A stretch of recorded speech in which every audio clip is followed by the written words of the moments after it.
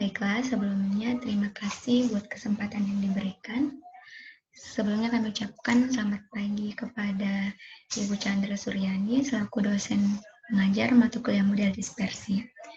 Jadi presentasi kami kali ini akan membahas mengenai implementasi pola penyebaran pencemaran udara dengan menggunakan aplikasi Screen View.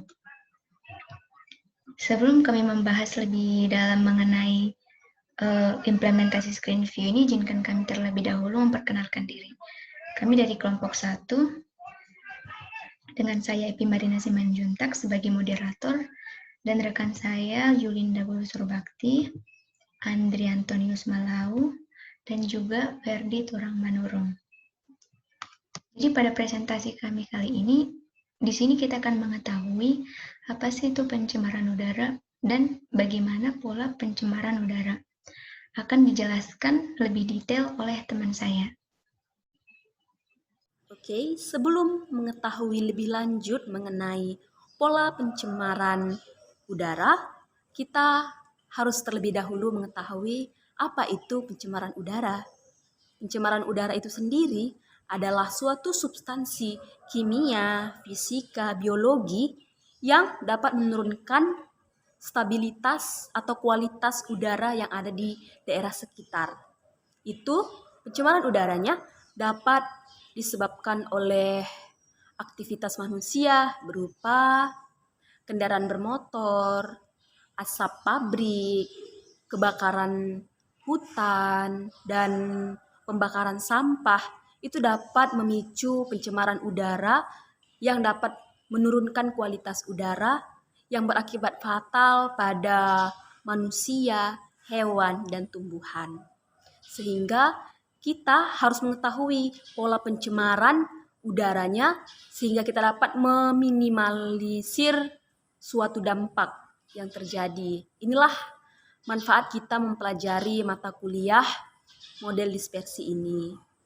Nah, kita akan melihat pola pencemaran udara di salah satu daerah di Indonesia, yaitu di Sulawesi Utara, di mana kita akan mensimulasikan gas SiO2 di cerobong PLTU Bulang, Mangandau di Sulawesi Utara, di mana sumber dari pencemaran ini yaitu anthropogenic stationary point source, kelas stabilitasnya itu B, unstable, dan wilayahnya rural, didominasi oleh populasi pepohonan yang mempunyai tingkat kekerasan yang lebih rendah.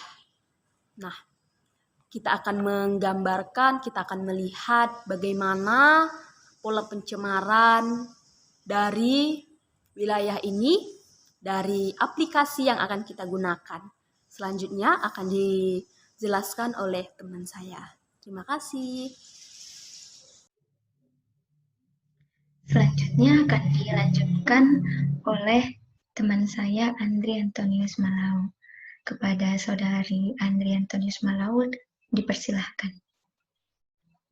Oke, baik, selanjutnya studi kasus dispersi gas SO2 dari cerobong PLTU. Nah, dari tabel bisa kita lihat data-data parameter cerobong.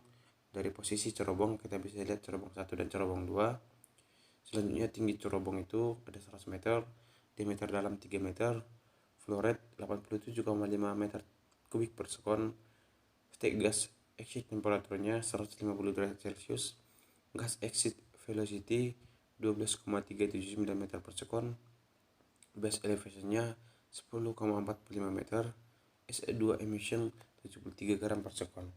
Nah, selanjutnya parameter cerobong tadi dimasukkan ke dalam aplikasi WRplot dari data meteorologi, digunakan sebagai input data model sehingga dihasilkan diagram mengurangin seperti pada gambar. Nah, data yang digunakan ini merupakan data yang didominasi oleh angin utara selatan seperti terlihat pada gambar yang ada di slide. Kecepatan angin rata-rata adalah 2,34 meter per sekon dengan kecepatan dominan 2,1 sampai 3,6 meter per sekon sebanyak 41%. Dan calm wind-nya itu 4,37%. Nah, dilihat yang mendominasi pada arah diagram ini yaitu dari arah utara ke selatan. Seperti itu mungkin penjelasan dari saya. Terima kasih. Selanjutnya saya akan menjelaskan mengenai implementasi screen view tersebut. Penggunaan screen view pada pola penyebaran pencemaran udara yang terjadi di lokasi PLTU Kabupaten Bolaang Mongondo, Provinsi Sulawesi Utara. Berikut data dari studi kasus yang kami dapatkan dari sebuah jurnal, di mana tertulis parameter cerobong pada posisi cerobong memiliki nilai cerobong yang pertama X1-nya 552418,2779 meter, Y1-nya 98398,6386 meter, dan posisi cerobong pada cerobong 2 X2-nya 552407,3157 meter, dan Y2-nya 98400,5013 meter. Di sini juga terdapat tinggi dari cerobong PLTU ini yaitu 100 meter, diameternya 3 meter, flow rate-nya 87,5, state gas exit temperaturnya 150 derajat Celcius, gas exit velocity-nya 12,379 meter per second, dan base elevation-nya 10,45 meter, serta emisi gas dari SO2-nya 73 G per S. Baiklah, di sini saya juga akan menjelaskan mengenai data PLTU tadi yang sudah dimasukin ke dalam aplikasi screen view. Jadi di sini source type-nya yaitu point karena dia cerobong. Selanjutnya ada dispersion coefficient, dia berada di daerah wilayah rural. Selanjutnya ada reseptor height above ground, dia 10 meter di atas permukaan tanah.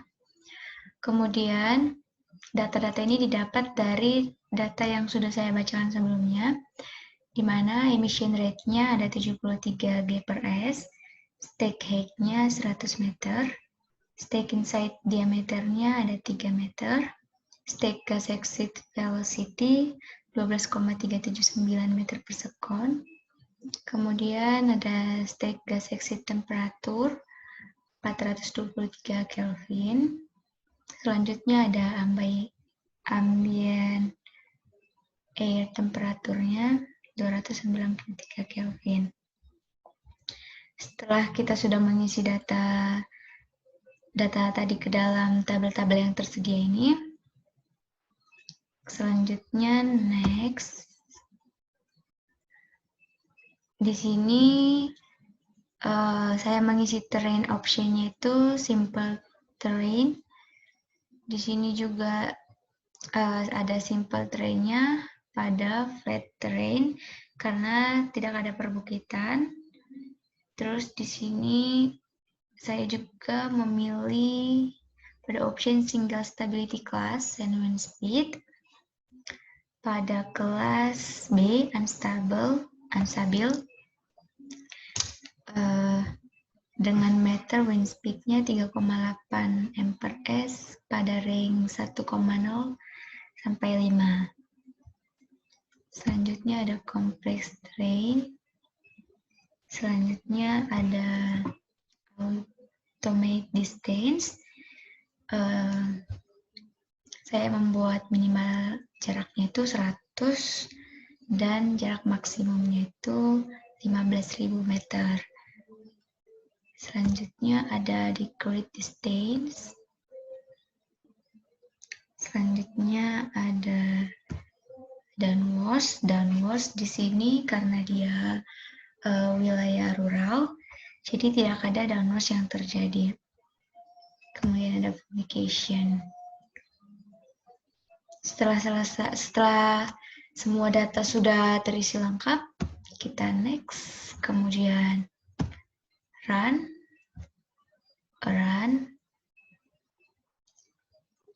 Di sini kita akan memilih grafik Di sini sudah terlihat grafik tampilan grafik konsentrasi polutannya. Jadi konsentrasi tertinggi dari polutan udara PLTU ini berada pada jarak di sini kira-kira 1000-1000-an gitu. Tapi dia mulai pada jarak 1000 sekitar di sini sebagai konsentrasi paling tinggi, sebagai X-max-nya. Jadi jadi konsentrasi tertinggi pada polutan itu pada PLTU berada pada jarak 1000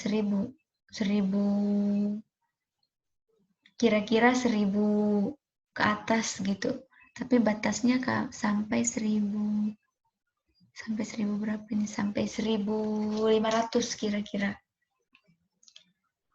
Jadi mulai dari jarak 1000 itu sudah mengalami konsentrasi polutan tertinggi. Screen view ini juga selain dapat membantu dalam menampilkan grafik, dia juga dapat menampilkan output data. Jadi ini merupakan tampilan output data dari screen view. Selain dia menampilkan dalam bentuk grafik, dia juga dapat menampilkan dalam bentuk output data seperti ini. Jadi ini output data yang kita input tadi, jadi dia sudah terhitung otomatis di dalam screen view ini, jadi lebih mempermudah dan mempercepat dalam penghitungan. Jadi dia nggak hitung manual lagi dengan rumus, karena dia sudah langsung otomatis menggunakan screen view, jadi udah otomatis datanya ada di sini. Jadi dapat kita lihat bahwa di tampilan screen view tadi, tampilan grafiknya tadi, dia menunjukkan bahwa pada jarak sekitar 1000, dia akan memiliki konsentrasi tertinggi, konsentrasi polutan yang paling tinggi dari PLTU Bolaang Mangondo ini. Jadi pada jarak 1000 kita akan tarik garis pada jarak 1000. Arahnya tadi di arah selatan ya, arah selatan pada jarak 1000 memiliki konsentrasi polutan tertinggi ya di sini. Ya, dapat kita lihat bahwa pada jarak 1000 ternyata di sini tuh tidak ada pemukiman penduduk. Masih jauh dari pemukiman penduduk. Berarti kita simpulkan bahwa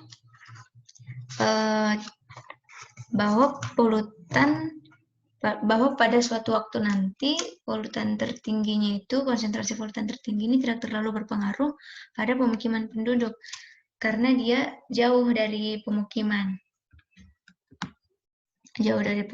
Berarti dapat kita tarik kesimpulan bahwa letak PLTU-nya ini benar dan tidak membahayakan penduduk. Baiklah, sekian dari penjelasan saya. Slide selanjutnya akan dijelaskan oleh teman saya, Verdi Turang Manurung. Kepada saudara Verdi, dipersilahkan. Baiklah, selanjutnya kita melihat tampilan hasil perhitungan dengan pola sigma plot. Pada gambar menunjukkan perbandingan hasil perhitungan model GP dan AirMod untuk beberapa waktu perata-rataan. Secara umum, terdapat kecenderungan arah penyebaran yang mirip. AirMod memberikan hasil yang lebih terdispersi, terutama pada perata-rataan 1 jam dan rata-rata tahunan. Secara teoretik, model GP sangat sensitif terhadap kelas kestabilan atmosfer, dengan kelas kestabilan A akan mempunyai puncak dispersi di dekat sumber dan relatif lebih besar dibandingkan kelas lain, tetapi cepat menyeluruh.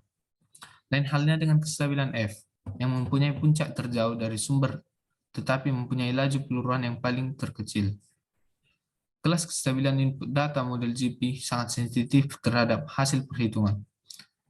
Ketiadaan data radiasi matahari ditenggarai sebagai salah satu sebab yang mempengaruhi hasil perhitungan.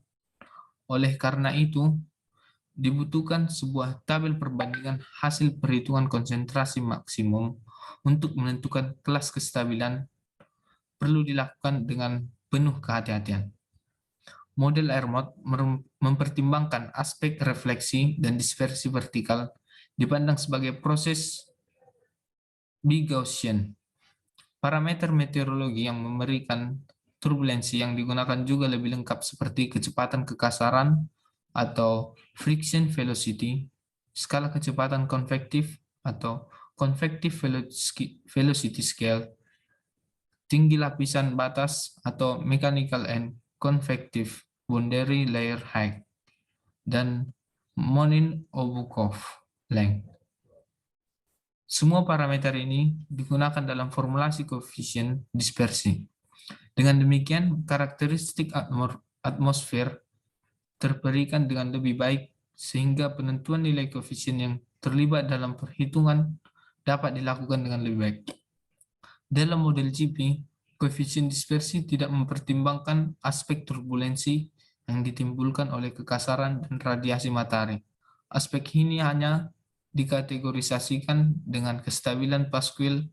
Walaupun demikian, keunggulan model GP pada penyiapan data meteorologi yang sederhana sehingga dapat diterapkan pada daerah terpencil di Indonesia.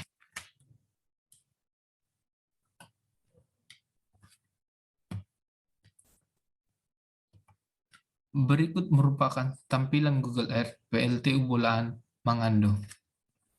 Seperti yang sudah dijelaskan sebelumnya, angin berhembus dari arah utara ke selatan, sehingga pada daerah yang ditunjuk perlu diminimalisir pencemaran udaranya. Mungkin sekian yang dapat saya jelaskan, saya kembalikan ke moderator. Baiklah, sekian dari presentasi kami pada siang hari ini. Sebelum saya menutup presentasi ini, izinkan saya memberikan satu pantun terlebih dahulu. Pak Tani pergi ke sawah, pulang-pulang membawa ikan. Jika tutur kata kami banyak yang salah, mohon kiranya untuk dimaafkan. Sekian dan terima kasih buat kesempatan yang diberikan. Selamat siang.